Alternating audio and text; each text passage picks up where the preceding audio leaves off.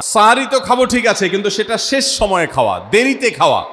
সাহারি কি আগে খাবেন না শেষের দিকে খাবেন? শেষের দিকে। কেন? কারণ নবী করিম সাল্লাল্লাহু আলাইহি সাল্লাম বলেছেন, লা ইয়াজালুন নাসু বিখাইরিন মা আজ্জালুল ফুতুর ওয়া আখারুস সাহুর।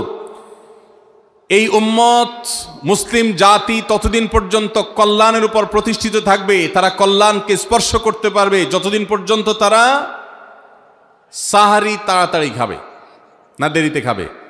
দেরিতে খাবে। আর ইফতার তাড়াতাড়ি করবে। তাহলে সাহারি দেরিতে খাওয়া হলো সুন্নত। আমাদের দেশে গ্রামে অনেক মুরব্বীরা এখনো আছেন, রাত 12টা 1টা 2টা বাজে সাহারি খেয়ে শুয়ে থাকেন। তারা চিন্তা করেন পরে খাইতে গেলে আবার বর্ডার ক্রস হয়ে যায় কিনা, সীমা লঙ্ঘন হয়ে যায় কিনা, রিস্ক নেওয়ার দরকার কি, এই জন্য 12টার সময় খেয়ে রাখি।